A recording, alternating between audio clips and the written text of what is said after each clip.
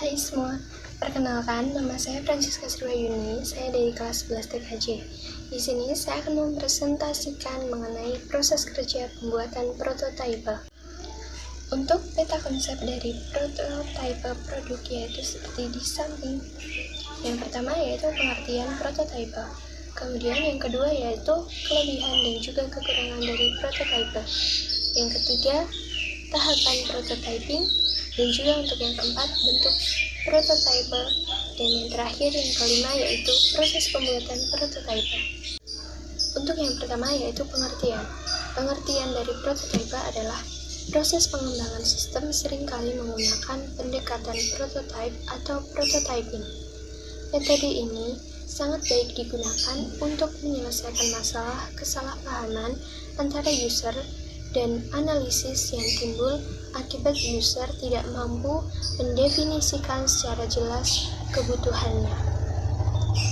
Kemudian untuk yang kedua yaitu kelebihan dan juga kekurangan dari prototype.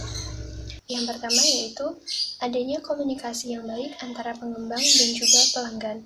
Untuk yang kedua, pengembang dapat bekerja lebih baik dalam menentukan kebutuhan pelanggan. Untuk yang ketiga, pelanggan berperan aktif dalam pengembangan sistem.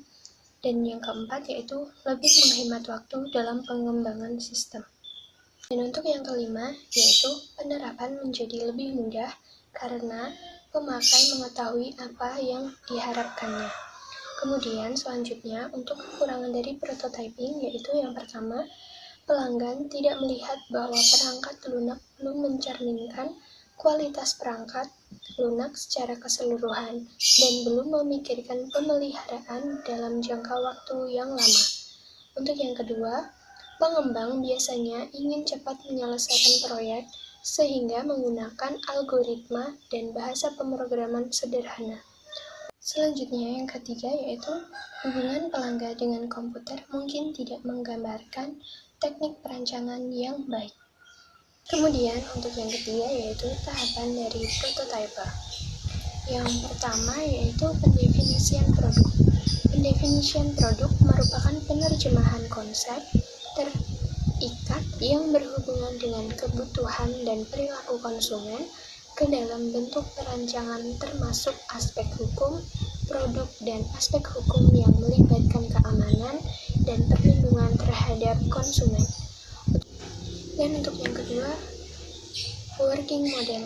Working model dibuat tidak harus mempresentasikan fungsi secara keseluruhan produk dan dibuat pada skala yang seperlunya saja untuk membuktikan konsep dari pembuatan produk dan menentukan hal-hal yang tidak sesuai dengan konsep yang telah dibuat. Untuk yang ketiga yaitu prototipe rekayasa, yaitu dibuat seperti halnya working model, namun mengalami perubahan tingkat kompleksitas maupun superioritas dari working model. Dibangun mencapai tingkat kualitas teknis tertentu agar dapat diteruskan menjadi prototipe produksi atau untuk dilanjutkan pada tahapan produksi.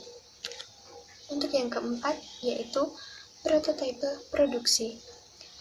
Bentuk yang dirancang dengan seluruh fungsi operasional untuk menentukan kebutuhan dan metode produksi dibangun pada skala sesungguhnya dan dapat menghasilkan data kinerja dan daya tahan produk dan partnya. Untuk yang keempat yaitu bentuk prototipe. Berdasarkan karakteristiknya, prototipe sebuah sistem dapat berupa low fidelity dan juga high fidelity. Fidelity mengacu kepada tingkat kerincian sebuah sistem atau Walker et al. 2003.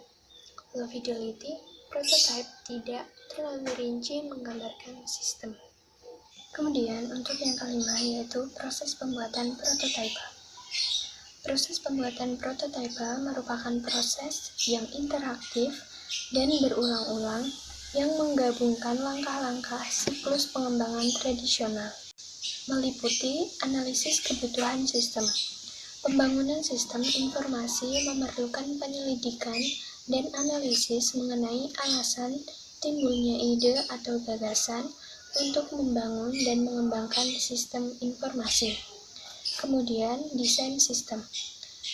Analisis sistem atau sistem analisis mendeskripsikan apa yang harus dilakukan sistem untuk memenuhi kebutuhannya. Selanjutnya yaitu pengujian sistem. Prototipe diuji, diimplementasikan, dievaluasi, dan dimodifikasi berulang-ulang hingga dapat diterima pemakainya. Tahap ini penting untuk memastikan bahwa sistem bebas dari kesalahan. Kemudian, yang terakhir yaitu implementasi.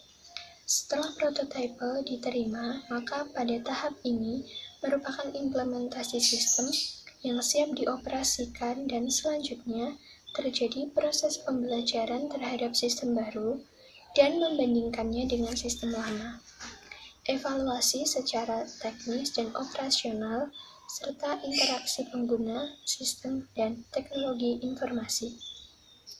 Sekian presentasi yang bisa saya sampaikan mengenai proses kerja pembuatan prototipe.